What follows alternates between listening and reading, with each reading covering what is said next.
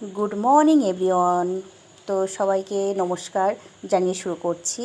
আজকে গুনগুন রান্নাঘরের রেসিপি নিয়ে চলে এসেছি। গুনগুনের রান্নাঘরের রেসিপি আজকে হবে কাস্তরি মেথি চিকেন। তো চলুন কি করে করি দেখে নেওয়া যাক।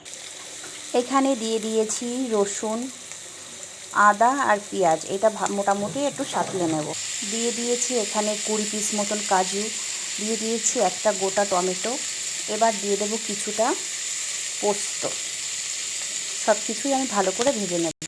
এবার এখানে ফোড়নে দিয়ে দেবো তেজপাতা, গোটা গরম মশলা। এখানে চিকেনটা আমি ভাজতে দিয়ে দিয়েছি। তো চিকেনটা আমার এখানে প্রায় ভাজা হয়ে গেছে। এবার আমি মশলাটা দিয়ে দেবো।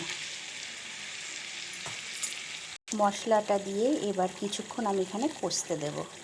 তো এখানে মেথি চিকেনটা প্রায় হয়ে গেছে কাস্তরি। এবার দিয়ে দেবো বাটার। এবার দিয়ে দেব কাস্তরি মেথি পাতা ছড়িয়ে। তো আমার কাস্তরি বাটার চিকেনটা পুরোপুরি রেডি হয়ে গেল। কেমন লাগলো ভিডিওটা অবশ্যই কমেন্ট করবেন।